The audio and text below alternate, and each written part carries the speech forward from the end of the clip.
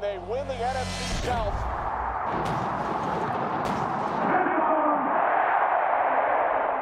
What's good, everybody? Let's talk some Tampa sports. Bucs, Bills, 6-3 versus 6-3. Both teams looking to bounce back after a loss in Buffalo. Bills are favored by 5.5 right now on most sports books. I am ready to get done with this video, so you can see this suitcase right here. It is completely empty, and I have a flight up to Buffalo at 7 a.m. So let's get this started so I can edit this, pack, and yeah, I need to go to bed early because I'm going to be very tired in the morning. First thing we want to start off with is that injury report, because we actually got some pretty good news this week. It's not guaranteeing anything for game time, but positive progressions is what we'll call that. And that's with Chris Godwin Jr. and Bucky Irving both returning to practice this week. Limited participants on Wednesday and Thursday, both of them. So that is, once again, progression, which at this point, with how unknown the status has been of Bucky and Chris, I'll take a limited practice.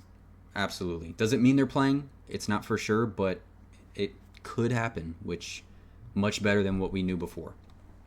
As for the Bills, longer list, but most of them are just guys with full participants. I don't think there's much to worry about here except for Dalton Kincaid, who left that Miami game with a hamstring injury. In my eyes, he is the best weapon through the air on their offense, so that would be a big loss if he's not able to go. So hamstring, did not practice yesterday or today.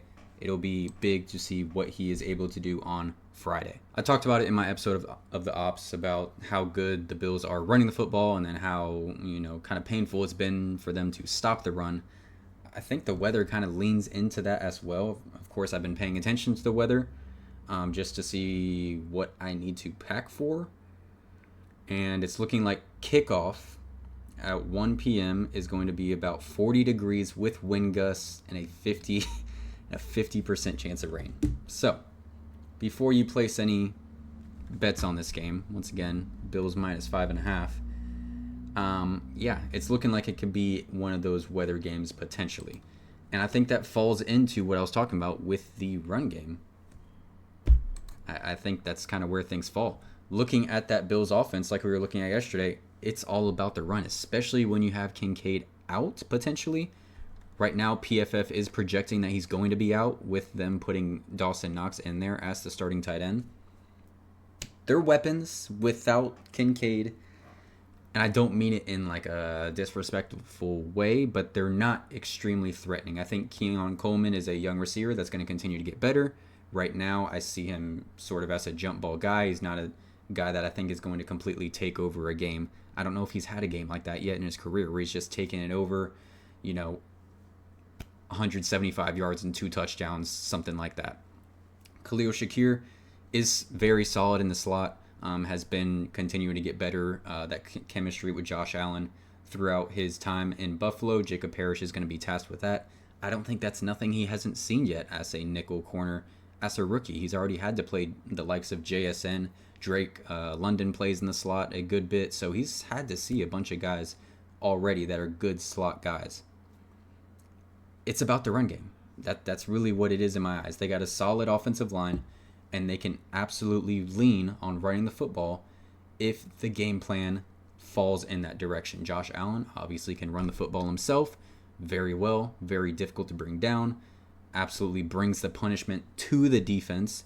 James Cook, same thing. If you allow him to get going, he can break one for 40, 50 yards, and you're in trouble. So that's something that I'm looking for the Bucs to be able to do. When you look at what they gave up last week to Travion Henderson, both of those were more outside, not directly like up the A-gap type runs. And James Cook, you'll see often that they will toss him outside and just let him go to work.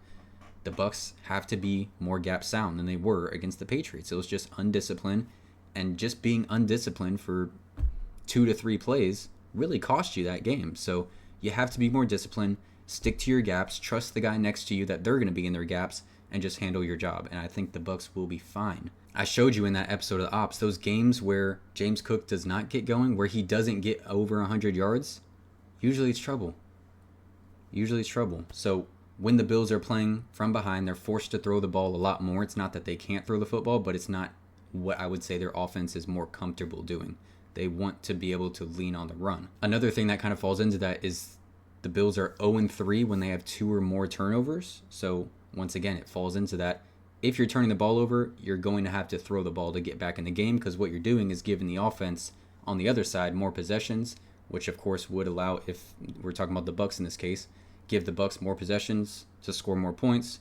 You have to throw the ball to get back in the game. So keys for the defense, obviously, do your best to stop this dangerous rushing attack, and then try to force some turnovers on Josh Allen. See if you can get some pass rush on him. Like I showed in my film session this week, the Bucs did get some pressure. Drake May was just very good at getting the ball away, whether it's just throwing it away, throwing a receiver out of bounds, and just moving on to the next play. The Bucs only had 1 sack for -1 yards. We'll be looking for more than that with Josh Allen. Josh Allen, obviously, he's a veteran now at this point, MVP level quarterback. He'll throw the ball away when he needs to, but I think he is also one of those guys, sort of like Baker Mayfield, where he wants to make the big play. He's looking to make the big play.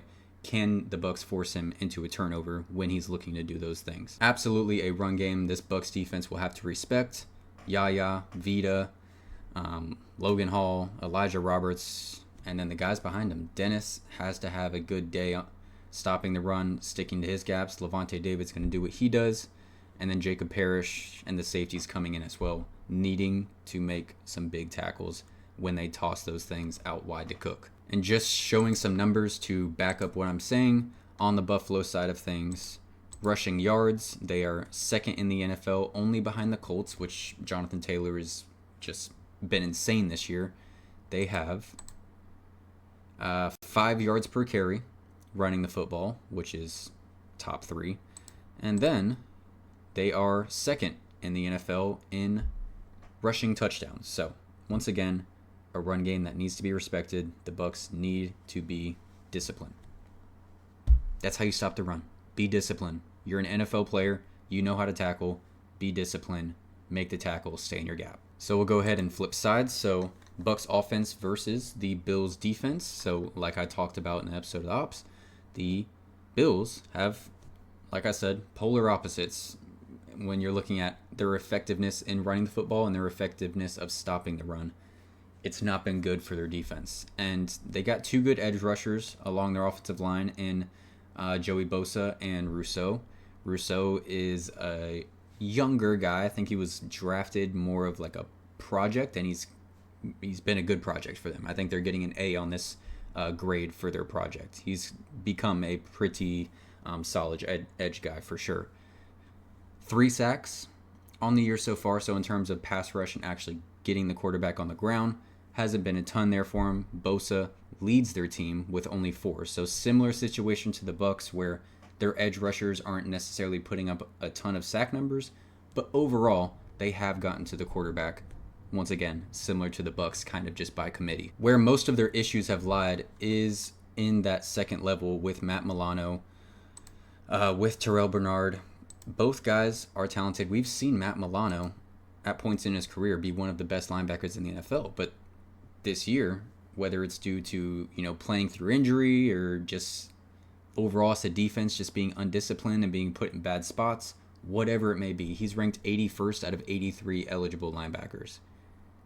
Terrell Bernard is ranked 75th out of 83 eligible linebackers. Their last guy, Dorian Williams, 72nd out of 83. You guys love to comment how much you're tired of Servassier Dennis. Servassier Dennis is 69th out of 83, so ahead of all 3 of their what we'll call starting linebackers. So, yeah, it's been rough for them. And then looking at the Bucs offense overall this year, I wouldn't say they've been that effective running the football. If we're being honest, even when Bucky was in, I don't think they were that effective running the football. When you look at what the Bucs did last year, insane what they were doing running the football. This year it just hasn't been the same. Can't really blame them because of all of the offensive line shuffling and issues. Of course, last week Luke Gadecki comes back and now Ben Bredesen is out. We can't just get the group together. It is what it is. The guys have to work with it, and they have to be able to take advantage of this run defense of the Buffalo Bills, in my eyes. Rashad White, Sean Tucker, that group by committee, I think it needs to continue to even out in terms of carries and maybe even begin to lean in Sean Tucker's favor, at least in terms of running the football. I'm still in favor of throwing the ball to Rachaad White and having him in there to block in passing situations. But running the football, they have to have a big game. And I'm confident that they will, honestly, with the return of Luke Gedeke. Like I said, the rushing game hasn't been great for the Bucs this year.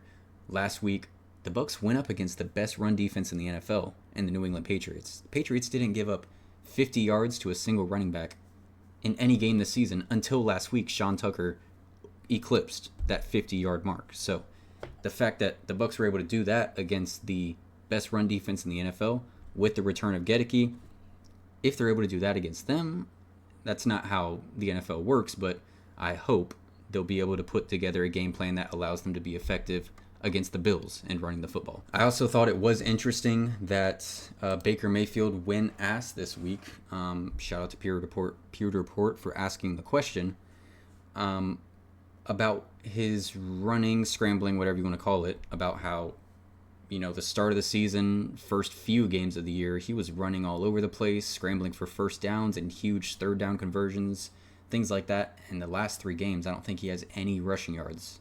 The last 3 games combined. So completely flipping what was happening at the start of the year, where the Bucs were able to get those big third down conversions with Baker Mayfield's legs. They haven't had that the last 3 weeks. And Baker Mayfield did admit, the injuries kind of hampering me.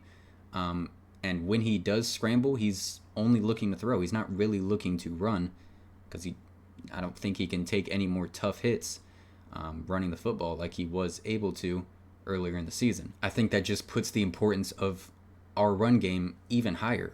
The Bucs, Rachaad White, Sean Tucker have to be able to run the football. It puts less on Baker Mayfield's plate, allows him to just feel more comfortable, obviously be able to do more things. Abuka, Otten, Tez Johnson, this group of guys, maybe Chris Godwin comes back and adds another piece to that puzzle. Bucky Irving, if he's able to come back, add another piece to that puzzle, that'll make things a lot better. But that's still to be determined.